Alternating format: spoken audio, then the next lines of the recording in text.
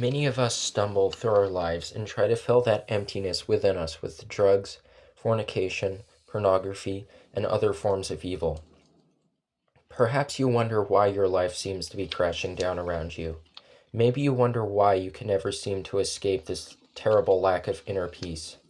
I'm not sure exactly how this inner turmoil manifests itself, or how you react to it, but what I am sure of is that within each of us there exists a void the shape of a man being brutally tortured, the shape of a man dragging a heavy wooden cross, and the shape of a man with nails driven through his hands hanging from that same cross. A void that can only be filled by a loving God, a God who would allow himself to be executed like a criminal so that we can be saved from the depths of our sins. I guarantee you that God's sacrifice for the sake of humanity is far from a fictional story. Many claim there is no evidence for the existence of the Christian God. This is simply not true. Whether it be St. Padre Pio's stigmata that cannot be explained, the multitude of Eucharistic miracles, or the longing for Him etched into each and every one of our hearts, there is indeed evidence. Are all of these things fictional as well?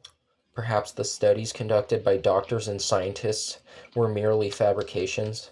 Or, maybe, it's just that you write God off as fiction because you'd rather continue your life the way you've been living it up to this point, rather than go through that difficult process of change and sacrifice.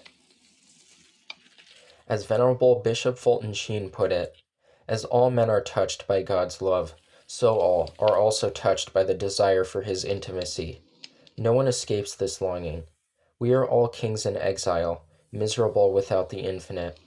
Those who reject the grace of God have a desire to avoid God, as those who accept it have a desire for God. The modern atheist does not disbelieve because of his intellect, but because of his will. It is not knowledge that makes him an atheist.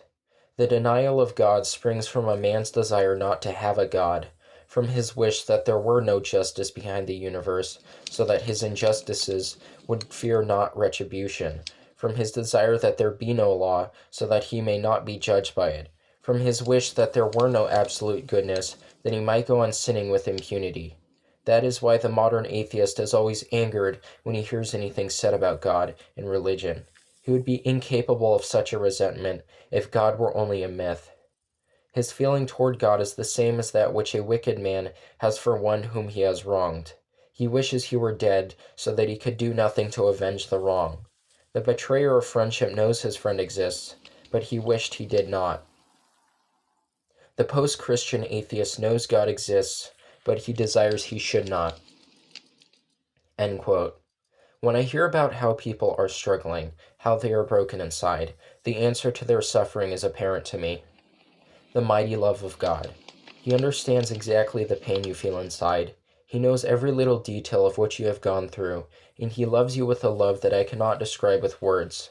Never forget that even if it feels you have nothing, even if it feels your life has been brought down, trampled by thousands of giant boots into rubble, and then further pulverized until nothing of it remains but dust slowly being dispersed by the wind, there is still a loving God above. And yet, you may wonder how this good, loving, and righteous God could allow such suffering, and you would not be the first. Many years ago, someone named Job demanded an answer to a similar question. The following is a piece of God's response taken from the book of Job.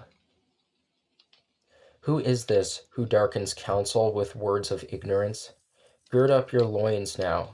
Like a man, I will question you, and you tell me the answers.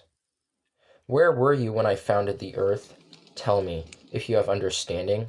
Who determined its size? Surely you know. Who stretched out the measuring line for it? Into what were its pedestals sunk? And who laid its cornerstone, while the morning stars sang together, and all the sons of God shouted for joy? Who shut within doors the sea when it burst forth from the womb? When I made the clouds its garment, and thick darkness its swaddling bands? When I set limits for it and fastened the bar of its door, and said, Thus far shall you come, but no farther, and here shall your proud waves stop? End quote. Trust in the infinite power of God, and know that He goes before us. Christ has already fought the battle against evil and won. All of us are struggling. All of us are broken. So please, let God help you. Farewell.